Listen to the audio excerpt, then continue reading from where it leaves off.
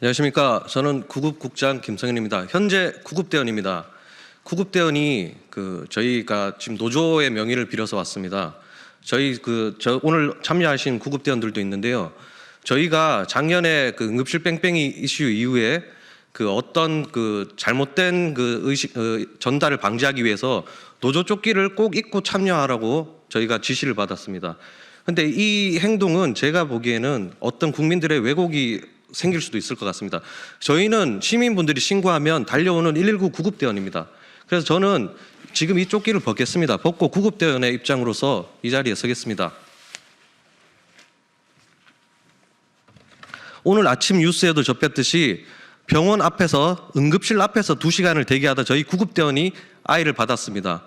전혀 부끄러운 게 아니라 자랑스럽습니다. 저는 구급대원들이. 그래서 제 이 행동이 국민에게나 조직에 해가 된다면 저는 징계를 받을 것입니다. 기자회견문을 낭독하겠습니다. 정부는 국민의 생명과 안전을 지키는 응급의료 체계를 완성하라.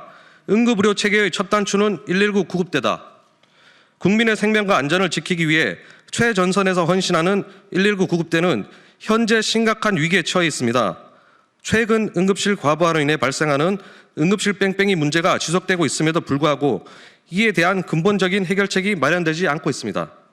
그 결과 응급 환자를 신속하게 병원으로 이송해야 하는 119 구급대의 의료기관 수용 거부는 여전히 이곳저곳 병원을 찾기 위해 전전하는 현실이 계속되고 있다.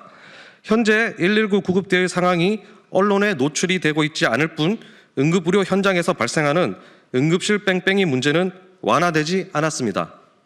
작년 8월 22일 정부 서울청사 앞에서 열린 응급실 뺑뺑이 기자회견 이후 응급실 뺑뺑이 사태가 언론을 통해 알려졌고 9월에는 소방청이 구급 현장 활동에 관련 언론 대응 유의사항 지침이라는 문서를 배포해 구급대원들의 언론 접촉을 제한하는 조치를 내려졌다. 이로 인해 응급의료 현장의 실태가 국민에게 제대로 전달되지 못하고 있으며 대부분 병원과 응급실 의사들의 상황들만이 언론을 통해 보도되고 있다. 올해 2월 보도된 대구에서 이마 열상을 입은 환자가 병원을 찾지 못해 치료 시기를 놓쳐 사망한 사건, 3월 회식 후 귀가하던 남성이 낙상으로 머리를 다쳐 받아주는 병원이 없어 귀가 조치되었다가 결국 상태가 악화된 사건 등은 일부 사례에 불과하다. 현재 도심 지역의 119 구급대는 이러한 출동을 하루에도 여러 차례 경험하고 있다.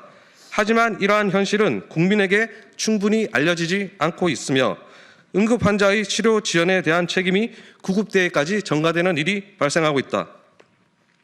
구급대원들은 많이 지쳐 있고 환자를 적절한 병원으로 이송하지 못하는 상황이 반복되면서 큰 자괴감과 스트레스, 이제는 몸도 마음도 상처만 쌓여가고 있다. 응급처치 후 병원으로 이송하지 못하는 경우 구급활동 일치에 현장 처치라는 명목으로 마무리되고 있는 상황이 많아지고 있으며 병원 선정 문제로 인해 심신이 지쳐가고 있다. 더 심각한 문제는 이러한 환경이 지속되면서 구급대원들이 환자의 상태를 과소평가하는 경향이 점점 늘어나고 있다는 점이다. 병원 전 단계의 응급의료 시스템에서는 환자의 상태를 과대평가해야 하며 이를 위한 개선책이 시급한 상황이다. 가장 우려되는 점은 국가재난을 담당하는 119 구급대의 현실적인 정책이나 법 개정 과정이 충분히 반영되지 않는다는 것이다.